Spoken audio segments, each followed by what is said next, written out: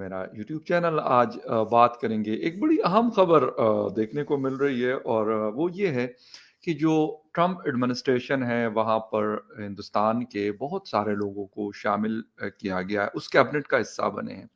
और अगर बात है कि 3 मजीद इंडियंस को ट्रम्प टीम में डाला जा रहा है, इंक्लूड किया गया है। मैं आपको मजे की बात बताऊं कि जो बाइडेन की टीम के अंदर 130 इंडियंस मौजूद थे, इंडियन अमेरिकन मौजूद थे, और बहुत सारे जो कहा जाता है इसके बाद बैठा हूं उसमें मैरीलैंड में और वर्जीनिया में MS-13 के गैंग्स हैं जो कि सख्त क्रिमिनल एक्टिविटीज में इन्वॉल्व हैं।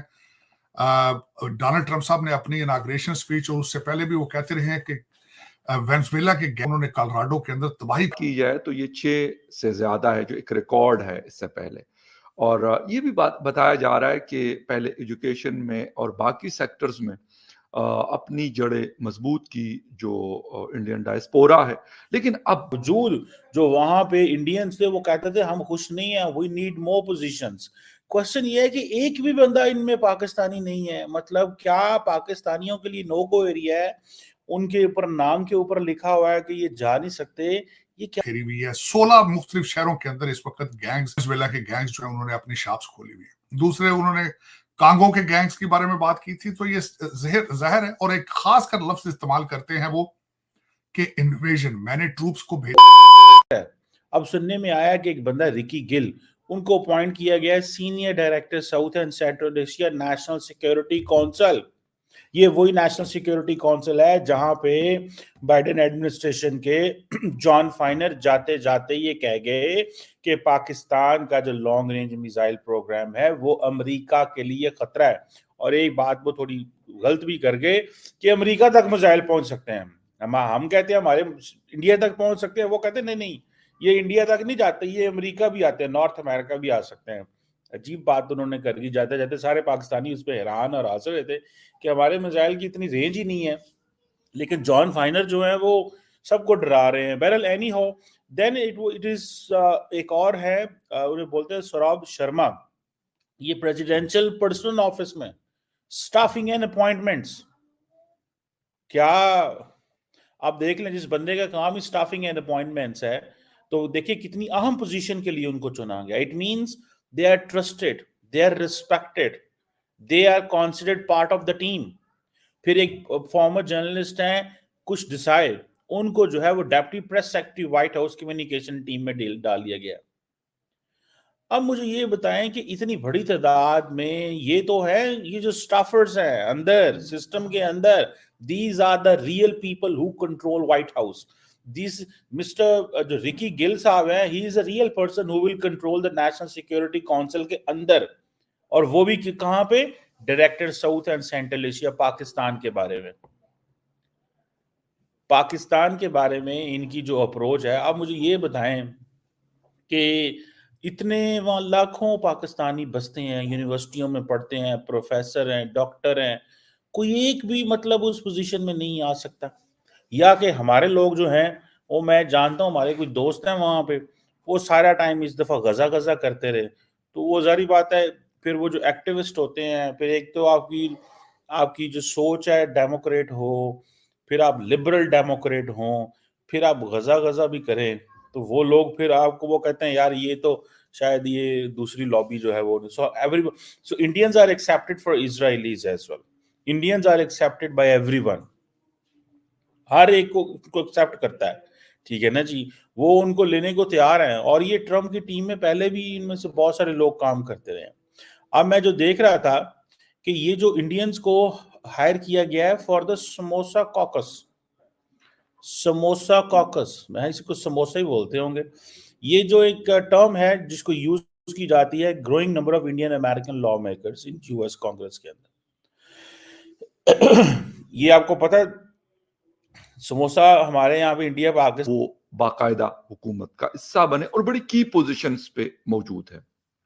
और साथ में ये खबर भी आ रही है कि पाकिस्तान के ऊपर जो एक प्रेशर है वो दिन ब दिन बढ़ रहा है, खास तौर पे सफारती महाज पर। जब आप डिप्लोमेसी की बात करते हैं, दुनिया के साथ ताल्लुकात की बात करते हैं, तो उसमें फिर मुश्किलें आ रही हैं। इस हवाले से अगर हम देख लें, अब पाकिस्तानी भी एक बड़ा डायस्पोरा वहां पर मौजूद है अमेरिका के अंदर, ऐसा नहीं कि नहीं है, लेकिन जो इंडियन डायस्पोरा है, अगर उनके हवाले से हम बात कर लें तो एक इंपॉर्टेंट फिगर हमारे सामने आता है। ट्रंप इंतजामिया की अहम ओहदों पर 3 भारतीय निजात अमरीकियों की नामजदगी की तस्दीक के बाद से समोसा कॉक्स यानी अमेरिकन कांग्रेस में अपनी बढ़ती नुमाइंदगी का जश्न मना रहा है, जबकि अमरीकी इंतजामिया में मजीद भारतीयों की शमूलियत से पाकिस्तान पर सफारती दबाव बढ़ने लगा है।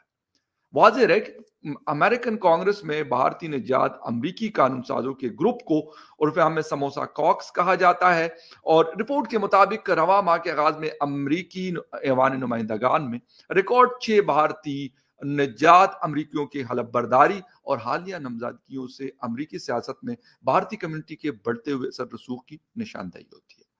45 लाख अरकान के साथ तारकीन वतन ने अमेरिकन इकोनॉमी और तालीम में अपनी जगह मुस्तहकम कर ली और अमेरिकन सियासत में भी अपनी जड़ें मजबूत कर रहे हैं। अच्छा, ये लोग कौन है?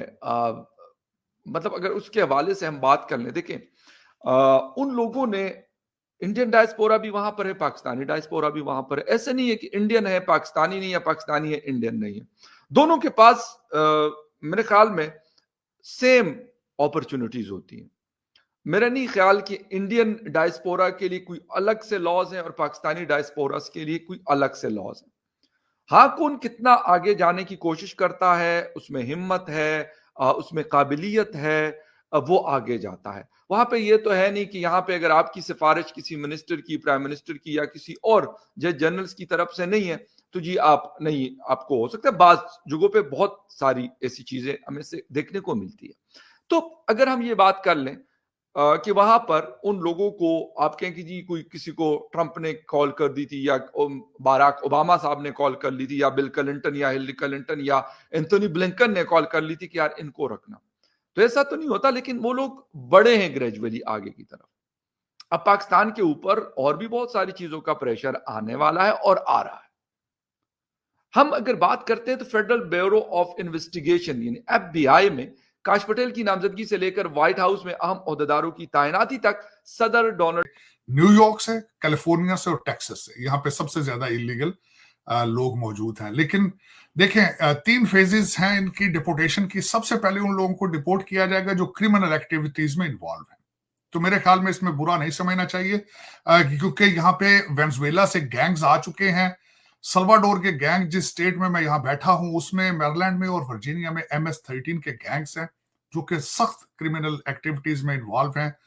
डोनाल्ड ट्रंप साहब ने अपनी इनाग्रेशन स्पीच और उससे पहले भी वो कहते रहे हैं कि वेनेजुएला के गैंग, उन्होंने कोलोराडो के अंदर तबाही फेरी हुई है। 16 मुख्तलिफ शहरों के अंदर इस वक्त गैंग्स, वेनेजुएला के गैंग्स जो है उन्होंने अपनी शॉप्स खोली हुई है। दूसरे, उन्होंने कांगो के गैंग्स के बारे में बात की थी। तो ये जहर है, और एक खास कर लफ्ज इस्तेमाल करते हैं वो कि इन्वेजन। मैंने ट्रूप्स को भेजा है बॉर्डर पे, सदर्न पे, इन्वेजन कंट्रोल करने के लिए। देखें आलिया, 11 मिलियन लोग जो है वो गलती से नहीं आ जाते, वो किसी स्कीम के जरिए, किसी मैंडेट के जरिए, किसी प्लानिंग के जरिए उनको बुलाया जाता है।